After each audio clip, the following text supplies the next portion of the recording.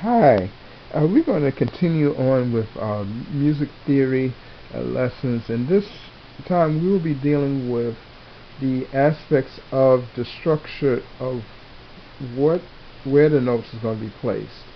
And so the notes are placed on what is called a musical staff, and you see here, and you can get this as well as numerous other wonderful charts online. And this shows and corresponded to a standard keyboard where the different notes that you would play, where they would appear on the musical staff. Okay, and this is the general one showing basically two octaves of C below middle C to middle C, and then middle C on up. So the lines is what they call a staff. That's what you call your musical staff. Now, for piano music, you have, well, actually in all music, you have a a key signature. For basically uh, middle C on up, you have, this is what you call the treble clef. Okay, see the back, treble clef sign, treble clef. These are nice flashcards. It's good to get a hold of some. That will help you a lot with your musical studies. So that's basically, as you see here with piano music, we have both. But now with other instruments such as a flute, violin, you wouldn't have the bass clef. You just would have the one clef, the treble clef. And again, basically, as you can see on the keyboard, it covers from middle C, and again, I'll show you the chart. Basically from middle C on upward. Okay, you can go on further, but for you, the beginner, this is where you're going to start off. Okay, and so that's the key signature, and it lets you, the musician or the singer, know what notes are to be played or to be sung, and where on the keyboard or where on the instrument they are to be played. So again, I said the treble clef would cover from middle C on up. That's the treble clef. And then also we have, this is the bass clef. And you see here the bass clef sign. Okay, and also the treble clef. The treble clef is also called the G clef. And the reason why it's called the G clef is, and you see in this chart, see in this flashcard, there's a note, a quarter note. It's on the second line. When we count on the lines on the musical staff, when we say second, we're counting from the bottom up. So just like whenever you're saying you're going up in the music, it's basically from left to right on the piano. So that'll be going up, that'll be going down. Okay, and so going up, if you have the first line, the second line, and notice how with you have the curlicue. You see the curl, how the line curls at the end. That line where that curl is at, and if you see where the note is, that is the G line.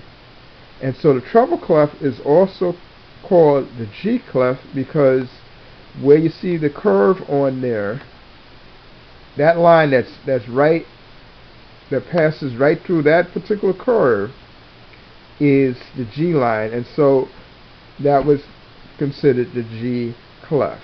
Okay, now when we go to the bass clef, and basically from C, middle C on down,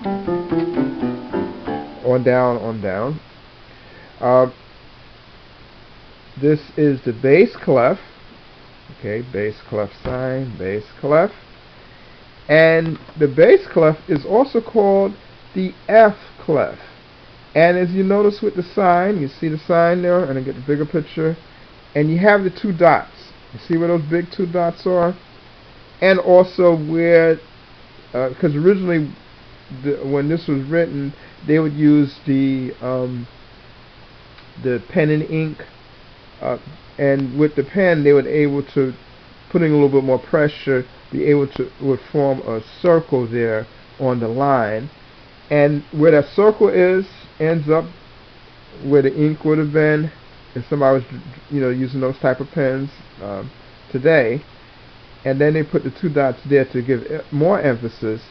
That line, which passes through those two dots, again, there's the two dots, that line that goes through the two dots, and also to help with differentiate from the other lines,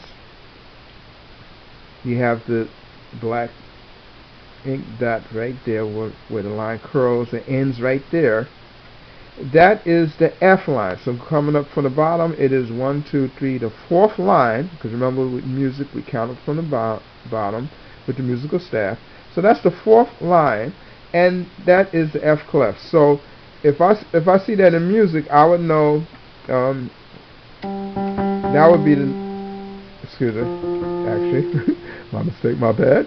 That would be the note that I'd play. I would see that and realize, okay, I'll play that note here on the keyboard. If you're playing, let's say a cello or any other what you consider the bass type of instruments, that would be the note that you would play. So if you was playing a tuba, a bassoon, or if you were singing, let's say if you was a tenor or a bass, that would be the note you would sing. I'm not going to illustrate the singing because I've been told that I don't have the best musical voice, so I won't torment your ears with my attempt at singing that note. Okay, and so with the flashcard, I love these flashcards. You must get a hold of some. It shows you, this is so you can get familiar. Okay, when you see this, what note that is, and if you're not sure, you just turn the card over and it shows. It gives the name of the note inside the quarter note, which is the F, and it shows it on the piano or the keyboard there, and that would be the group of three. Anytime you see the group of three black keys, the three sharp flats, the F is always in front of that there, and so that shows you there. So this is beginning to get an understanding of the musical staff, and this is the key signature to help to know what part of the instrument you'll be playing with a piano or keyboard.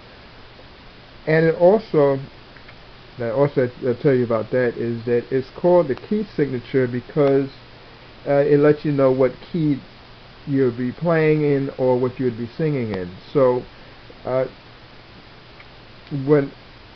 if you see this like that, that means that you would not play normally under normal circumstances unless you're told otherwise.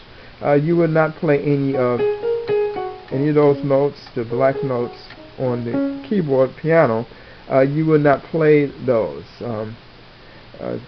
So basically, when you see this would be in some type of key that does not require any of the sharp keys. And the most familiar one would be C major. And so if I was playing, let's get back to the other chart here, and so this shows basically a C major scale. So it shows a C, D, E, F, G, A, B, C, and then again the next octave, C, D, E, F, G, A, B, C.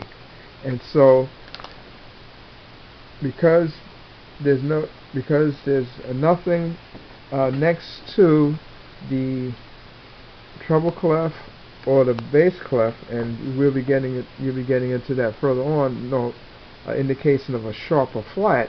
That means you would not play under normal circumstances. You would not play sharp in any of those, the black keys, sharp or flats, unless you get some type of indication later on. But for starting off, you'd say, okay, I'm not playing any sharp or flat keys.